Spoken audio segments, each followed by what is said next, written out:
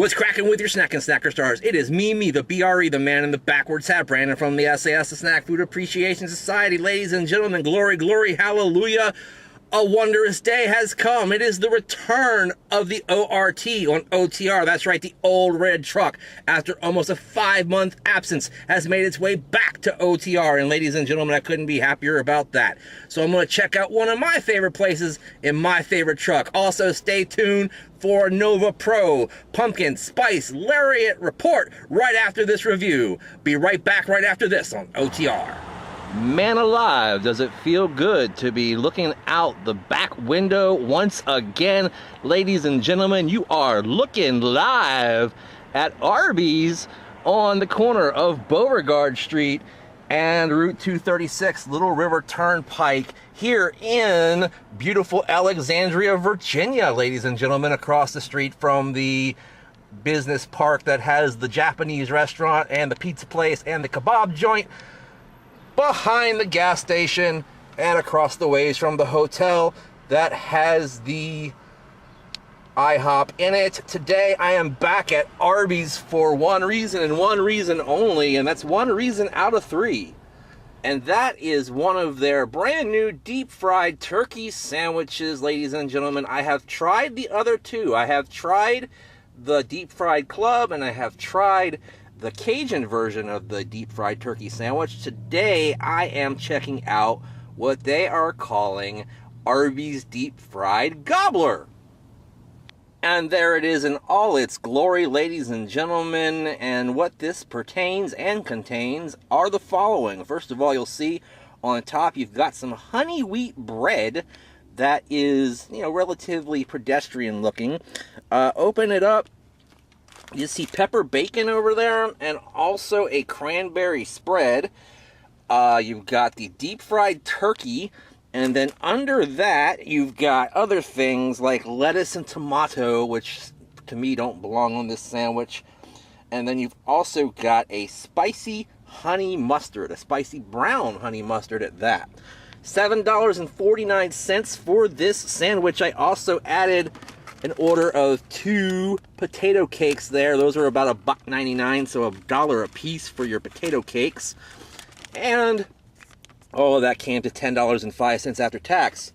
They asked me my name, and I told them B, like boy. Somehow that turned it out to D.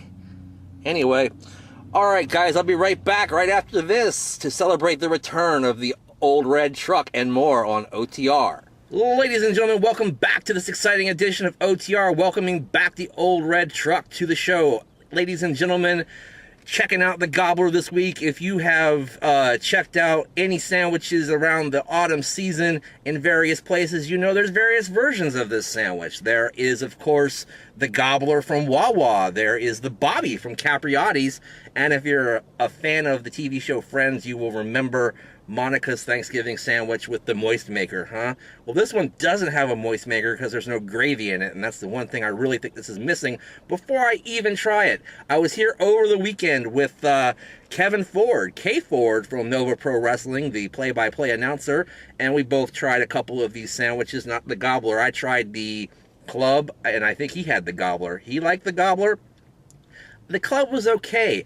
I also tried the Cajun version the day before that, and I really liked that one. I hope I like the Gobbler just as much. Let me go ahead and pick this thing up. Here you go. Show it to you next to my noggin the way I always do. There you go. Lots and lots of deep fried turkey action going on in there. There it is. And yeah, I'm really confused as to the lettuce and tomato on this. I'm not sure they really belong. And I'm looking to see if they actually put my mustard on there. Yes, they did. It's on this side of the bread. All right, guys. Let me go ahead and take a bite. Let you know what I think. All right, guys. That's a pretty darn good sandwich, but I don't know if they've really nailed the formula for this one, in my opinion. The bread, I've had this honey wheat bread from here before. It doesn't taste like it's bakery fresh or anything. It basically tastes like it came from the grocery store, and so it's not that fantastic. But it does have a few little crunchy bits in it that make you feel like it's a good grainy bread. But the flavor has a little bit of honey to it, but not a lot. It's kind of weedy tasting, but it's okay. The deep fried turkey is the star of this show, and it's the star of all three of these new sandwiches, and that's for a reason. It's thickly cut, nice, tender, and juicy turkey with lots of good poultry flavor without any kind of flu sort of composition going on there, meaning it doesn't taste gamey. It doesn't taste like it's, past its prime or anything. I've had trouble with Arby's standard turkey before, so that being said, I like that. The outer portion of the turkey with the little deep fried parts on it give it a little bit of different texture and a slightly more indulgent flavor, but the turkey overall is the best part of this deal.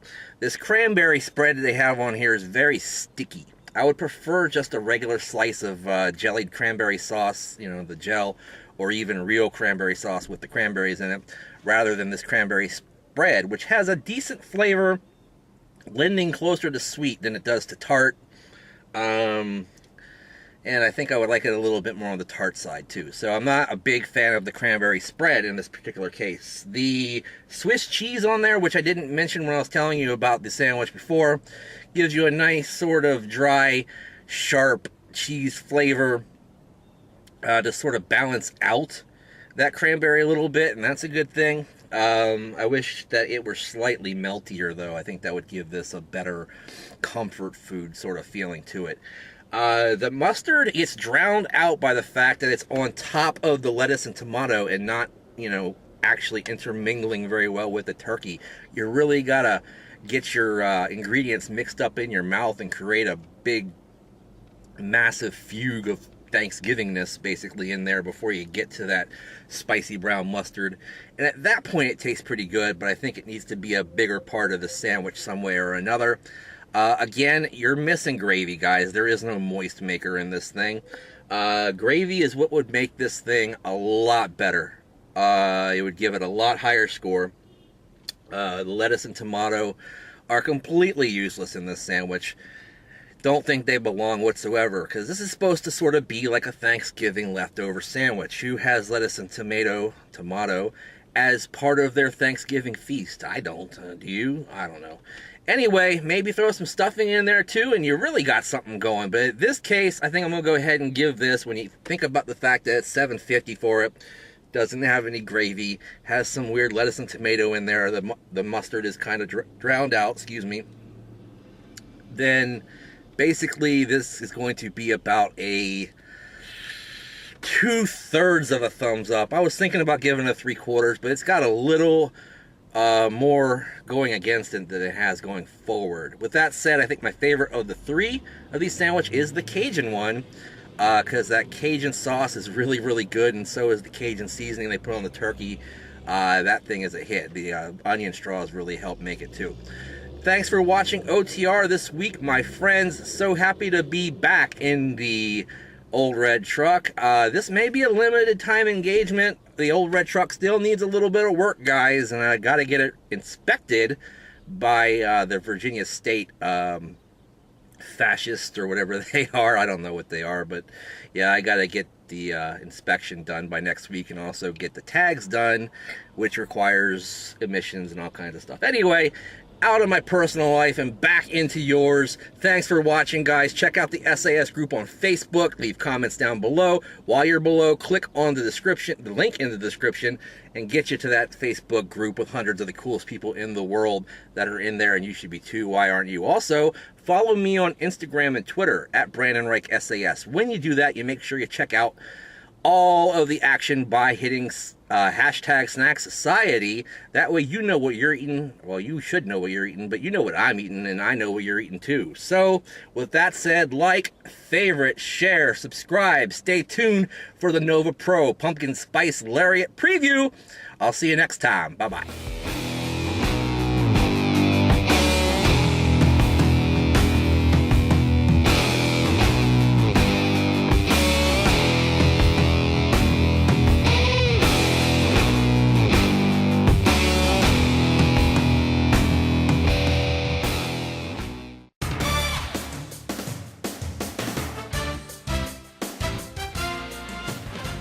That's right, it might be 75 degrees here in Northern Virginia, but it is autumn, and in autumn, people love to drink pumpkin spice lattes. But did you know that there's such thing as a pumpkin spice lariat, and it's coming to our town. It's coming to Annandale, Virginia. It's coming to the VFD on Friday night, this Friday, October 27th.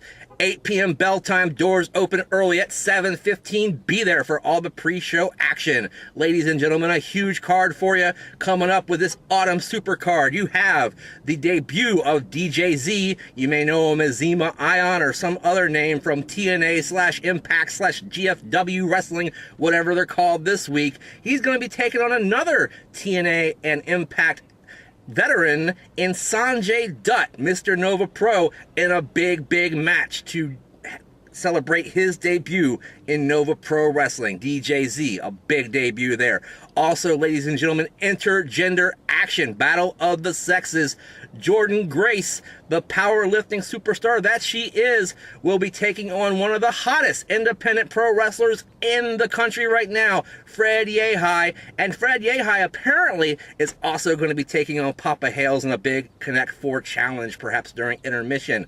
Ladies and gentlemen, another big debut. The Anarchy Wrestling Triple Crown champion Gunnar Miller will be defending his title against Nova Pro favorite Mr. Safety First, Tim Dunce. That should be an outstanding battle. Looking forward to that one. The Ugly Ducklings have returned, ladies and gentlemen. They've become very popular in Nova Pro Wrestling.